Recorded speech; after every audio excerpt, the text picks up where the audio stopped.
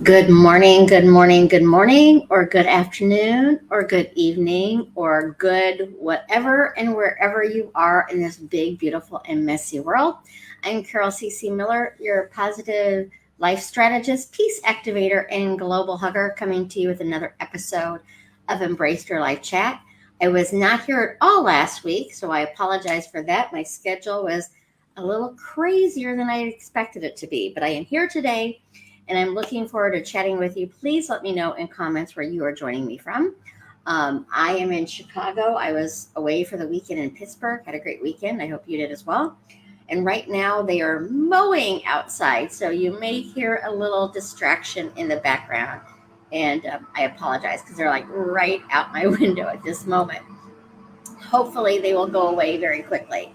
But before we get started on today's topic, I do like to go over a couple of house cleaning tips. Oh, that mowing is going to drive me crazy. A couple of cleaning tips, and one is I'm not a big believer in absolutes. Always, never, right, wrong, good or bad. There are 7 billion people on this planet. I can't begin to say what is always right or always wrong for 7 billion people. So I work on the majority of the time. Zero being always negative, 100 being always positive. Zero being always unkind, 100 being always kind. I don't know anybody at the zero, and I don't know anybody at the 100. But I do know people who are closer to zero or closer to 100. My personal work is to be in the 80 to 100% of the time, being kind, loving, compassionate, peaceful, and positive. Those are my core values to work with. So, what does that mean? Disappointment, frustration, anger, fear, unworthiness, all the normal feelings that we have visit me, but my daily practices allow them to visit and not move in. Excuse me. So keep that in mind. 51% is in the majority. So because I've been doing this for so long, my daily practices, I hold myself to the 80 to 100%. If you're at 20%, if you're at 30%, if you're at 40, 70, 90%, you're not right or wrong. It's just where you are right now. Secondly, I am a coach. I love supporting people in living their best life, whatever that looks like. I'm not a counselor, nor am I a therapist. And sometimes, in order to live your best life, getting that type of support will allow you to move forward to do so. I just know that you're worthy of living that best life. So, whether it's hiring me as your coach, showing up Tuesdays and Thursdays for some tips here, or finding the right solutions and providers to help you live your best life, I encourage you to do so. So I'm going to step into comments really quick and welcome people, and then we're going to get into today's topic, which was brought up by a community member. I'm not going to say their name because of what the topic is. I don't want to call them out on it, but I appreciate it. Hello, Stacia and Dia and Samuel, Pierre, from Cairo, Egypt, Toledo, Ohio. Denise is in the house. Florida with Beth. I think I have gotten everyone. So we're just going to go into today's topic. And it was brought up. Let's see. I know I wrote it down. On staying inspired when you don't want to. You know, when things are going well for us, it's pretty easy to be in gratitude. It's pretty easy to be motivated or inspired to do what the next steps are to get us further into our dreams. But what about those times or those moments where it's hard to do that? So that's what we're going to talk about today. And the question was how to carry on going to work when you do not like your work or your boss, but need the money. That was the question for today, wanting to have some tips on how to carry on going to work when you don't like your work and you don't like your boss, but you need the money. Been there, done that. So I absolutely understand. Now, the person who sent this in talked about being motivated, and that's the first thing that we're going to talk about. And if you've been with me before, you know I'm word sensitive. So if the word motivate helps you and you like that word, go for it. I prefer to be inspired rather than motivated. So we're going to talk about a little bit about the differences. But again, it's really not about what works for me. It's what works for you personally. So if you're looking to be motivated, these tips that I'm going to give you will work for that as well. I'm going to come from the place of being inspired. And so the first thing, the definition inspire is to fill with the urge or ability to do or feel something. Motivate is to stimulate interest in or enthusiasm for doing something. So they're very, very similar. When I was looking into finding the differences about it, it was shown that motivate is usually an external experience where somebody's motivating you, and inspiration is more of internal where you're wanting to do it. Again, they're very, very similar words. So I would say the nuances aren't a lot different, but it's what word works best for you. Inspire works best for me. It feels like I'm inspired to do something rather than I'm motivated to do something. So you choose what word's going to work best for you.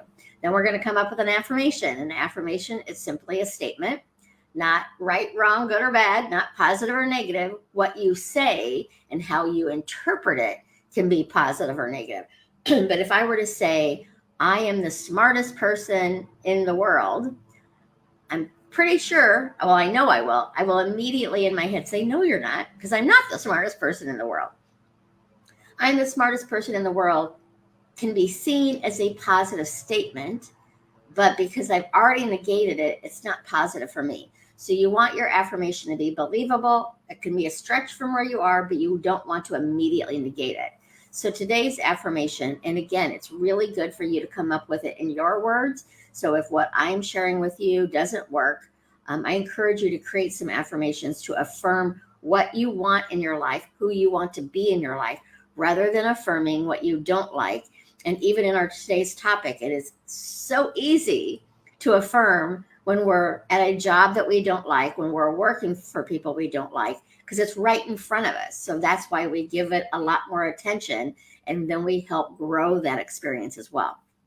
So today's affirmation is, I am inspired to live a meaningful life. Again, I am inspired to live a meaningful life.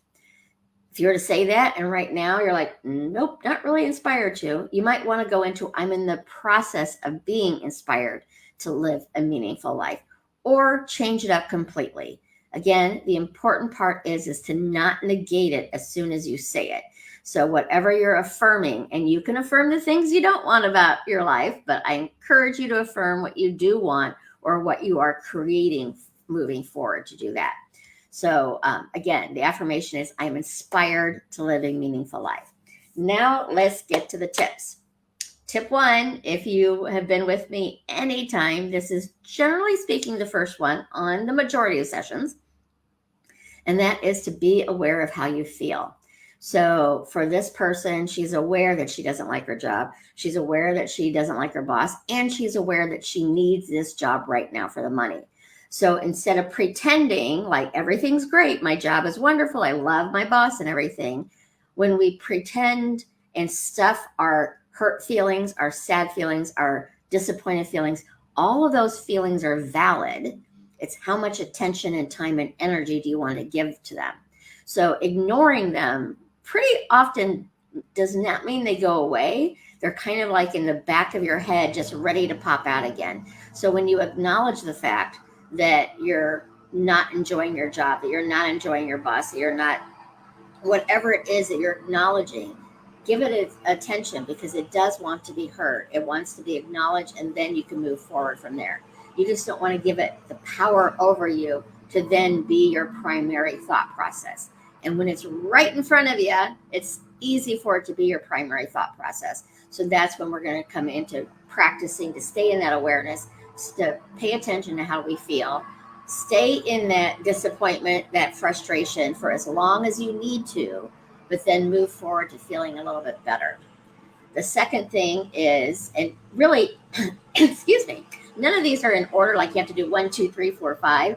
So they're kind of what works best for you. Awareness is kind of like the starting point for anything, though, because when you're aware of how you feel, you get to either decide to stay there or move forward. If you're not aware and you're living life on autopilot, life is living you. That boss is living you. That job is living you, rather than you living in that job, you living in that boss situation. So the awareness allows you to shift and change. I'm not saying it's always an easy thing to shift and change, but the awareness allows you to do those changes. Second thing is to know your why. And when we're in a place where we don't want to be, we don't want to be at that job, we don't want to have that boss, the why isn't necessarily about the job. The why is what is what is it getting you?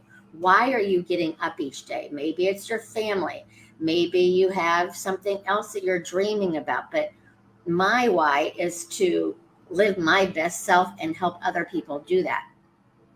So when I get into frustrated environments with working with people, and I have, um, not even that long ago history of a situation similar to this, but it's about knowing when I'm frustrated with somebody else or I'm frustrated with myself often.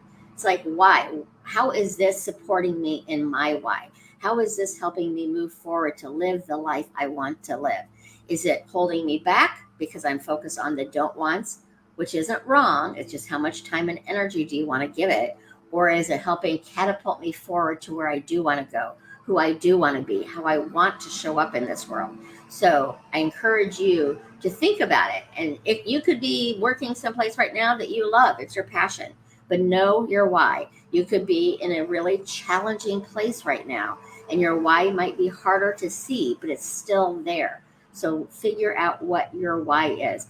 And there is a TED talk. His name is Simon Sinek. Um, and he has a really good, I can't remember the name of it, but it's a TEDx talk on knowing your why. And it's really based around business, on knowing your why for your business. But it really can fit into knowing your why just as who you are as a person. Who do you want to show up as individually, in your family, as a colleague, as a friend, to know who you are and know your why.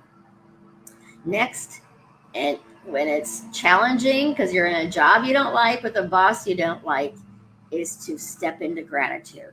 And this has helped me, like, um, before I started doing positive focus and coaching, I worked at a company that I did not like. I did not like what we did. It was totally not fitting for me, but I loved the people I worked with. I wasn't necessarily, I didn't dislike my bosses. I just didn't think that they ran the business the way I would have run it, I guess I would say. But I focused on what I liked about where I was at, and I focused about what it was providing me. It provided me a place to live because of my paycheck. It provided me health insurance. I've met some of my favorite people in the world from a couple of jobs that were my hardest jobs I've ever had. But I got those deep, deep connections and friendships out of that. So I would encourage you, if you're in a situation that you don't like, is to look at what it does provide for you, what kind of gratitude you can find out of it. And remember, again, we're talking scale 0 to 100. You may be in such a challenging situation that you're at a 10. So finding gratitude, or if you're in an abusive situation, finding gratitude may be very difficult. So I don't want you to think every single one of these tips might work in your situation, but they do work in the majority of the situation. So please keep that in mind as well. And then I would encourage you to ask yourself, and we're talking again about working for in a job that we don't like with a boss we don't like, but this can be anything that you're challenged with right now. I would encourage you to ask, what would the ideal situation be? So for this situation, we're talking about work. So write down a list of what your ideal job looks like, what your ideal boss looks like, what your ideal colleagues look like. Are you someone who likes to collaborate and work in a team environment? Are you someone who prefers to work by themselves? But write down the ideals, not thinking about your current situation that is not ideal, but get a clear knowing of what would be ideal for you. And I have my example of that was not that long ago. I had a client that was very challenging to work with, found a lot of gratitude in it as well. And I wasn't even actively searching to replace that client, because there was enough good things in it that I was not in the I got to get out of here mode. Close to it, but I wasn't there yet. But I was focused on the ideal collaborative environment for me. An opportunity came up that I was able to move to a new opportunity and let that one go because I was focused on what I wanted rather than trying to focus. And sometimes we want to fix the boss, we want to fix the work environment. And if it's out of your control, then you're just kind of spinning your wheels trying to fix things. What we do have control over is changing and switching our mindset into a happier, healthier, more gentle space for ourselves. And then it's going to just reflect out to those around us as well. So write that list down to know what it is that you're looking for. You may start looking, you might start your job search, but just knowing that you're giving your attention and energy to what you want rather than giving your attention and energy to what you don't want. If you can give your energy and attention 51% of the time to what you do want over what you don't want, again, it's not a right or wrong, it's just where you are, then you're giving more of your power back to yourself rather than giving your power to the company, to the boss, to the what I don't like right now. So it does take practice. That's why I like to call these daily practices. And depending where you are on your journey in this challenge, these practices might take a lot of effort to do. But I promise you, the more you put yourself first to feel better, to know that you deserve love, kindness, compassion, and peace in all aspects of your life, not just at work, but at home and all your relationships, the more you're going to start focus on the I want this in my life rather than I don't want this in my life. And the don't wants are not bad or wrong. Often we figure out what we do want in our life by experiencing what we don't want. It's like, oh, that didn't feel good. What would feel better? So the don't wants can also be used as a barometer on where you're focused. If you're seeing more of the don't wants, and even the one organization that I worked for many, many years ago, it was a pretty negative environment. I had a small team that was not in the main office, and we were always pretty happy and laughing and having a good time. But I dreaded team meetings because then we'd get together with everybody and it was tended to be more negative. The more I focused on what I want, the less we had the team meetings. We still had some, but it was less and less that I had to deal with the onslaught of the negativity. I created a little bubble within that job that suited me better than focusing on what I don't want. And I promise you, when it first started, because I was just starting to get into positive focus at that time, I was totally focused on what I didn't want and giving all of my power away to how can all of these people be so negative. But by me focusing on how all of these people are being so negative, guess who is being negative? Yours truly. Not right or wrong, where you are, where you want to be, and how you want to live your life. So I know many people, and I've certainly been one of those people where I've been in jobs that I did not like, or I did not like, the boss or whatever, or a colleague. I don't know many people who have not had that experience. Even now, when I'm in places working with people that I love and I admire and respect, doesn't mean that there still aren't frustrations on getting the jobs done and all that kind of stuff. But it is, again, about focusing on what I want.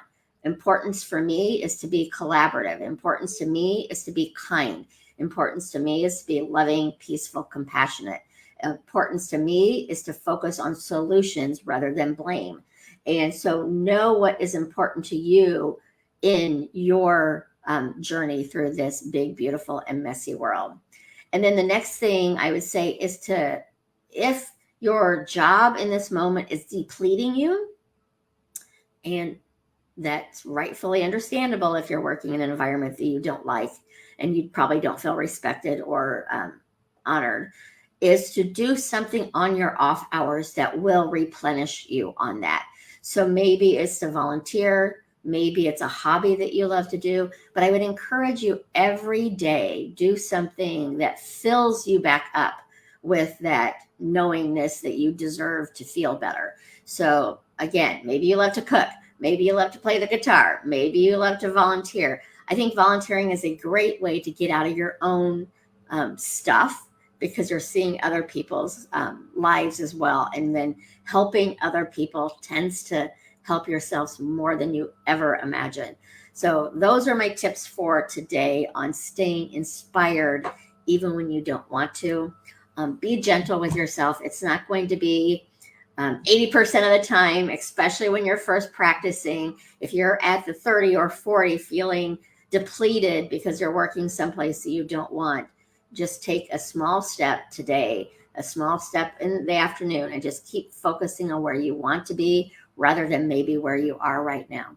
Be gentle with yourself, be kind to yourself, and honestly try to figure out ways to even be kind and gentle to the situation that you don't like, because most likely, not always, there's people with personality disorders, but most likely that boss, that colleague, or whoever it is that's giving you a hard time has things going on in their lives that is creating that environment. Does not make it acceptable and okay, but when you know the backstory of other people, it allows you to bring a little bit more compassion in. Highly, highly, highly encourage self-compassion. So that's what we have for you today. The definition: inspire, fill with the urge or ability to do or feel something. I would love to know in comments. I'm going to come into comments now. What word do you like? Are you more into inspired, motivate? Does it matter? Are they interchangeable to you?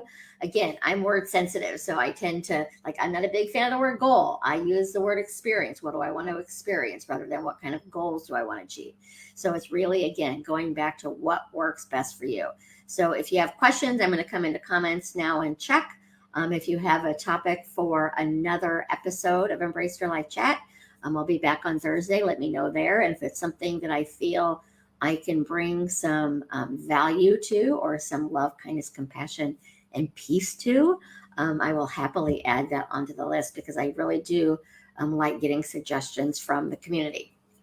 And the person who added this in, I hope that you are here. If not, I will see if I can send it to you, since this topic was for you. So let me see here in comments. Inspire, Denise, inspire. Hello from Egypt. I'm going to try to say your name, and I apologize if Jihan, I believe is your name. Welcome. And I also forgot to ask if anybody was new into the community, but thank you so much for being here. I'm inspired to live a meaningful life. You know what, Dora? I often say in my coaching that I support people in living their best life. And for me, meaningful would be my best life. So again, it's who do you want to be and how do you want to show up in this world? Does not mean you're going to be that person 100% of the time. That would be awesome. I don't know that it's possible. But the more you practice it, the more that you're going to be at the 60, the 70, the 80, the 90%. And I promise you, I am in the 80 to 100% the majority of the time. And I go into the 40, the 50, the 60%. But because of my tools, because I focus on gratitude, because I work hard on being gentle with myself, we all tend to be our worst enemies. I'm aware of those things, and I realize this does not feel good. What will feel a little bit better? It's not about ignoring the feelings. That was who I was 15 years ago. I was always just happy. I would ignore anything that wasn't happy. That did not work. So it did not work for me. It might work for some people. But I think the majority of us feeling our feels and moving forward to feel a little bit better is the way to go. Great Britain is in the house. So I don't see any other questions here. Oh, Sam is new. Well, welcome, Sam. I'm glad to have you here. And Dina is from France. Love this community, from people from all over the world who join. We may have different backgrounds. We may have different cultures and different understandings of certain things. But I do believe at the end of the day, the vast majority of us want to be seen, to be heard, to feel safe and healthy, and know that we matter in this big, beautiful, and messy world. So thank you so much for joining me today. I will be back Thursday. Not sure the topic yet, but it will be something to help heighten celebrations and lessen sorrows through a positive focus. So go out there and have a great day. Excuse me. And remember, you matter. You matter to me. You matter to the world. And most importantly, you matter to you. We'll talk soon. So long for now.